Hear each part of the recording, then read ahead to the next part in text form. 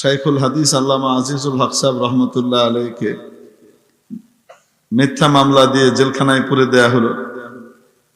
অশীতিপর বৃদ্ধ, 90 বছরের বৃদ্ধ, শুধু বাংলাদেশ না গোটাই উপমহাদেশের অন্যতম শ্রেষ্ঠ শাইখুল হাদিস ছিলেন। ওনার এক খাস শাগরিদ হযরত মাওলানা মুফতি রিজওয়ানুর রহমান সাহেব দামাত বারাকাতুহুম, প্রফেসর হামিদুর রহমান সাহেব রহমতুল্লাহ আলাইহির বড় সাহেবজাদা, উনি আমাকে সরাসরি ঘটনা শুনিয়েছেন যে একবার বর্তমান বিশ্বের শেখুল ইসলাম হিসেবে খ্যাত আল্লামা মুফতি তকি উসমানী সাহেব দামাত বারাকাতুহুম আরব, আজম, আরব, অনারব, এশিয়া, ইউরোপ সর্বক্ষেত্রে যার জনপ্রিয়তা, তার জ্ঞানের গভীরতার স্বীকৃতি সমান। ঠিক কি ঠিক না? আল্লামা তকি উসমানী সাহেব একবার বাংলাদেশে তাশরিফ এনেছিলেন। তখনকার ঘটনা, একাধিকবার এসেছেন, একবারের ঘটনা। মুফতি তকি উসমানী সাহেব বসা, এর ভিতরে শাইখুল হাদিস আল্লামা আজিজুল হক সাহেব রহমতুল্লাহ আলাইহি ওনার সাথে দেখা করবার জন্য ওনার রুমে গিয়েছেন। তো যাবার পরে হযরত আল্লামা তকি উসমানী সাহেব নিজে জড়সড় হয়ে শেখের সামনে একদম ছাত্রের মতো বসেছেন। তো বসার আগে বলছেন, ওনার যে সাথে ওনার খাস যে মানুষরা এসেছিলেন তাদেরকে বলছিলেন, शायद अब हम पूरे एशिया के इस बर्र अजीम के सबसे बड़े हदीस दां और शेखुल हदीस के सामने बैठे हुए हैं। রতনে রতন চিনে। উনি বলছিলেন, সম্ভবত আমরা শুধু বাংলাদেশ, ভারত, পাকিস্তান নয়, বরং গোটা এশিয়া মহাদেশের সবচেয়ে বড় হাদিস বিশারদ এবং শাইখুল হাদিসের সামনে বসে আছে। সেই শাইখুল হাদিস রহমতুল্লাহ আলাইকে এই যে বললাম যে রতনে রতন চিনে, কদর জর জর গর বেদানদ ইয়া বেদানদ জওহারি, কদর গুল বুল বুল বেদানদ ইয়া বেদানদ শাপরি। জোহরি রতন চিনে, জোহরি জহরত চিনে, কোন জহরতের দাম কেমন, কোন সোনা দানা মণিমুক্তার দাম কেমন, এটা একজন স্বর্ণকার এবং জোহরি বুঝে, ঠিক কিনা? যে নাকি স্বর্ণের দাম জানে না, মুক্তার দাম, হীরার দাম জানে না, তার কাছে কিন্তু এটা একটা ডলার মতোই, একটা মাটির ডলার মতোই, ঠিক কিনা? স্বাভাবিক। আল্লামা তকি উসমানী সাহেব দামাত বারাকাতুহুম বিশ্ববরেণ্য, বিশ্ববিখ্যাত আলেম, উনি শাইখুল হাদিস আল্লামা আজিজুল হক সাহেবকে চিনতে পারলেও আমার দেশের অনেকে ওনাকে কিন্তু চিনতে পারে নাই। মিথ্যা মামলা দিয়ে পুলিশ মারার আসামি বানিয়েছে। কি মেরেছে? উনি নাকি পুলিশ হত্যা করেছেন, নাউজুবিল্লাহ। এই আসামি বানিয়ে জেলখানায় পুরে দিয়েছে। তো ওই মামলাতে আসামি হিসেবে যখন জেলখানায় হযরত শাইখুল হাদিস আল্লামা আজিজুল হক সাহেব রহমতুল্লাহ আলাইহি ছিলেন, তখন ওই একই সাথে আপনাদের এই অঞ্চলের নয়, বরং আমি বলবো গোটা বাংলার গর্ব, যিনি এমন এক বিরল প্রতিভার অধিকারী, আল্লামা জুনায়েদুল হাবিব সাহেবের কথা বলছি, এমন এক বিরল প্রতিভার অধিকারী, একই বিষয়বস্তু মনে করেন 100 জন বক্তব্য রেখেছে একই বিষয়বস্তুর উপরে, একটা কথা, বিষয়বস্তু না, শুধু একটা কথা, একটা তথ্য, এই তথ্যটা 100 জন বলেছে একরকম করে। আপনি 101 নম্বর বারে যদি জুনায়েদুল হাবিব সাহেবকে ওই তথ্যটাই বলতে বলেন, উনি এমন এক অদ্ভুত ভঙ্গিতে বলবেন, আগের সকলকে ছাড়িয়ে যাবেন, কারোর সাথে মিলবে না, গোটা জাতি একদম উত্তাল হয়ে দাঁড়িয়ে যাবে। এটা আমি বহুবার দেখেছি। অবাস্তব না বাস্তব? আল্লাহ ওনাকে এই অদ্ভুত মালাকা এবং ক্ষমতা দিয়েছেন, যেটা দেখে শুধু আমি বিস্মিতই হই যে কিভাবে এই লোকটা পারে এই মজমুনটাকে, এই বিষয়বস্তুটাকে এত সুন্দরভাবে সাজানো যায়, তো মাথায় আসে না। আমি ছোটখাটো আলোচকদের কথা বলছি না, যারা বাংলাদেশের জনপ্রিয় আলোচক, খুব সুন্দর বক্তব্য রাখেন, কথা বলেন, সর্বমহলে সমাদৃত, এই ধরনের আলোচকদের বক্তব্যের পরে যখন জুনায়েদুল হাবিব সাহেব ওই বক্তব্যটাই দেন, তো সেটা অন্যরকম হয়, অন্য কারো মতো হয় না। অবাস্তব না বাস্তব? তো তখন তো যুবক একেবারে। আসলে এটা কিভাবে এসেছে? আকাবিরের নজর, আল্লাহওয়ালাদের নজরের মাধ্যমে মানুষ অনেক বড় হয়ে যায়। যেমন মানুষের বদ নজর লাগে না? এই যে হেঁটে যাচ্ছে, সুন্দর একটা লাউ ঝুলছে, তো কি কইলো, আহ লাউটা সুন্দর হয়েছে, তারপরের দিনই পছন্দ হচ্ছে, হয় কি হয় না? এটা আমরা কই চুক লাগা বলি, কি বলি না? এই মানুষের চোখ যেমন লাগে না, নবীজি সাল্লাল্লাহু আলাইহি ওয়াসাল্লাম বলেন আল আইনু হাক্কুন, এই মানুষের চোখ লাগাটা এটা সত্য, এটা বাস্তব, এটা অবাস্তব না। তো মানুষের যেমন বদ নজর লাগে, মানুষের তেমন নেক নজরও লাগে। লাগে কি লাগে না? লাগে। তো আল্লাহ তাবারাকা ওয়া তাআলা হযরত আল্লামা শেখ জুনায়েদ আল হাবিব সাহেব দামাত বারাকাতুহুমকে একের পর এক আল্লাহ ওয়ালাদের সোহবত নসিব করেছেন। উনি যখনই ছিলেন কোনো না কোনো আল্লাহ ওয়ালার সাথে থেকেছেন, ওনাদের নেক নজর দ্বারাই উনি সিক্ত হয়েছেন, ধন্য হয়েছেন। এজন্য এই রং অদ্ভুত এক কথাবার্তার বাচন ভঙ্গি আল্লাহ তাআলা ওনার মাধ্যমে ওনার মধ্যে পয়দা করেছেন। আল্লাহ তাআলা ওনার নেক হায়াত দারাজ করেন বলে আমিন। তো বলছিলাম ওই সময় শাইখুল হাদিস সাহেবকে যখন জেলখানায় নেওয়া হলো, উনিও জেলখানায় ছিলেন, উনি একদম নওজোয়ান তখন।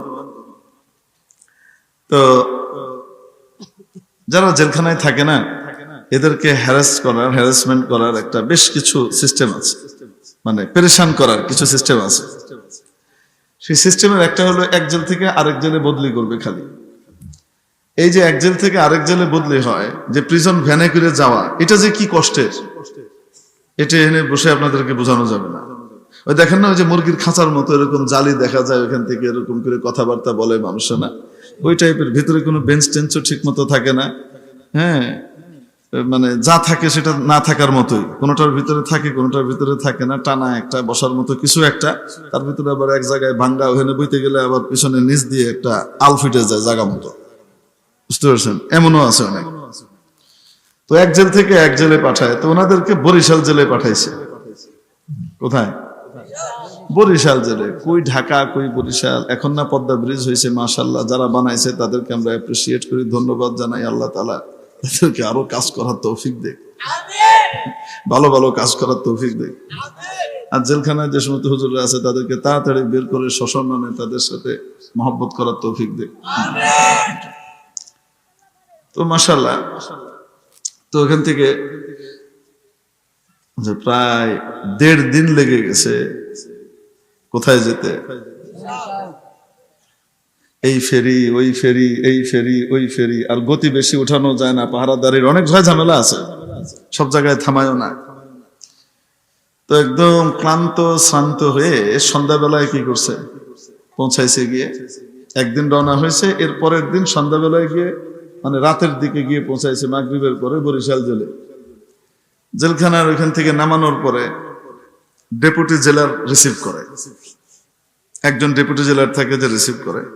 এখন যেহেতু শাইখুল হাদিস সাহেবের মতো বিশেষ বন্দী, অনেক বড় একজন আলেম এবং জাতীয় নেতা, এজন্য একজন ডেপুটি জেলার না, কয়েকজনই ছিলেন, রিসিভ করছেন। এদের ভিতরে একজন ছিল একটু ইতর প্রকৃতির, থাকে না, যারা ডেপুটি জেলার থাকেন বা জেলার থাকেন, এরা যেমন ভালো হন, 2-4 জন কি হন, একটু মানে আবু জেহেলের চালাচামুন্ডও হয়, এরকম আছে।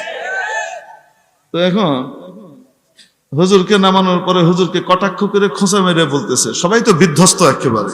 তার ভিতরে আবার বৃষ্টি হয়েছে সারা রাস্তা, এই বৃষ্টিতে ভিজতে ভিজতে একদম কাপড় চোপড় ভিজে শেষ। গিয়ে পৌঁছানোর পরে ওই ডেপুটি জেলার জিজ্ঞেস করে, হুজুর আপনি নাকি পুলিশ মেরেছেন? কি করেন, আপনি নাকি পুলিশ মেরেছেন? তো সবার রাগে একদম সবার কিড়মিড় করতেছে। হযরত শাইখুল হাদিস সাহেব রহমাতুল্লাহ আলাইহি উত্তর দিয়েছেন, হ ওরা তো কইল। উনি উত্তর দিয়েছেন কি, হ ওরা তো কইল, মানে আমি আসলে পুলিশ মেরেছি কি মারিনি এটা তো বাস্তবতা তো পরে, আসল কথা হলো আমি পুলিশ মারছি এটা কে কইছে? ওই তো যারা মামলা দিছে ওরা কইছে। হ্যাঁ ওরা তো কইল। তো ওনার এই কথা শুনে এনাদের এমন মানে সারাক্ষণের যে ক্লান্তি শ্রান্তি, এই এক কথায় ওনাদের ক্লান্তি শ্রান্তি সব চলে গেছে, যে হযরত এইরকম কঠিন সময় ওইভাবে রসিকতা করে কি দিচ্ছেন, উত্তর দিচ্ছেন, হ্যাঁ ওরা কইল তো। বুঝেন নাই মনে হয়? তো এই ঘটনা আমাদেরকে আল্লামা জুনায়েদ আল হাবিব সাহেব কারগুজারি হিসেবে শুনিয়েছেন। তো বলছি উনি যে কারা নির্যাতিত নেতা, এটা একবারের নাই, বুড়া বয়সে এসে হয়েছেন তা না, তার আগেও সেই যৌবন কাল থেকেই উনি পরীক্ষা দিয়েই আসতেছেন আল্লাহর রহমতে। আল্লাহ তাআলা ওনার নেক হায়াত দারাজ করেন, সাদাদে রায় নসিব করেন, দ্বীনের খিদমতে কবুল করেন, সব রকমের ফিতনা থেকে আল্লাহ হেফাজত করেন, আমাদের সকলকে হেফাজত করেন। তো বলছিলাম এত মুরব্বী হওয়া সত্ত্বেও ওই কোরবানির দিক থেকে তো আমি আরো ছোট, বয়সের দিক থেকে হাঁটুর সমান, কোরবানি আর ত্যাগের দিক থেকে তো আরো ছোট। কিন্তু ছোট হওয়া সত্ত্বেও উনি আমাদেরকে যে স্নেহের চাদর দিয়ে ঢেকে রাখতেন, ওই পানের মশলা শেষ হয়ে গেলে উনি পাশ থেকে, ওনার কাছে নাই, ওনারও শেষ প্রায়, তারপরেও অল্প একটু আছে, সেখান থেকে ভাগ করে আবার কারো খেয়ে দিয়ে পাঠিয়ে দিতেন যে ওইখানে দেন গিয়ে, তার লাগবে। মানে নিজে না খেয়ে হলেও নিজের সবচেয়ে প্রিয় জিনিস ওনার কাছে কিন্তু পান। আমার কাছে তো পান প্রিয় জিনিস না, আমি সবসময় খাই না। যারা খায় তাদের কাছে পানের চেয়ে দামি জিনিস মনে হয় দুনিয়াতে আর নাই। আপনি পোলাও, কোরমা, কালিয়া, কোপ্তা, জর্দা যা খাওয়ান না কেন, যদি শেষে আপনি পান না খাওয়ান তাহলে কেউ কিচ্ছু খাওয়াইছে না। বুঝাতে পারেন? আল্লাহ তাআলা এনাদের বানিয়েছেন, কিন্তু এত থাকা সত্ত্বেও উনি নিজে কোরবানি করে নিজে না খেয়ে অন্যকে খাওয়াই দিতেন। এটা অদ্ভুত এক গুণ ওনার ছিল। তো মেরে মুহতারাম দোস্ত, বলছিলাম যে আপনাদের সামনে কোরআনে কারীমের একখানা আয়াত শরীফ তেলাওয়াত করেছি। এই আয়াতের মধ্যে আল্লাহ তাআলা আমাদেরকে বড় গুরুত্বপূর্ণ একটা মেসেজ দিয়েছেন। সেই মেসেজটা হলো, ইবাদত কবুল হবার জন্য হালাল খাওয়া শর্ত। কি হবার জন্য? ইবাদত কবুল হবার জন্য হালাল খাওয়া শর্ত। খাদ্য যদি হারামের হয়, পরিধেয় বস্ত্র যদি হারামের হয়, হয়তো ইবাদতের তৌফিকই হবে না, তৌফিক হলেও ইবাদত কবুল হয় না।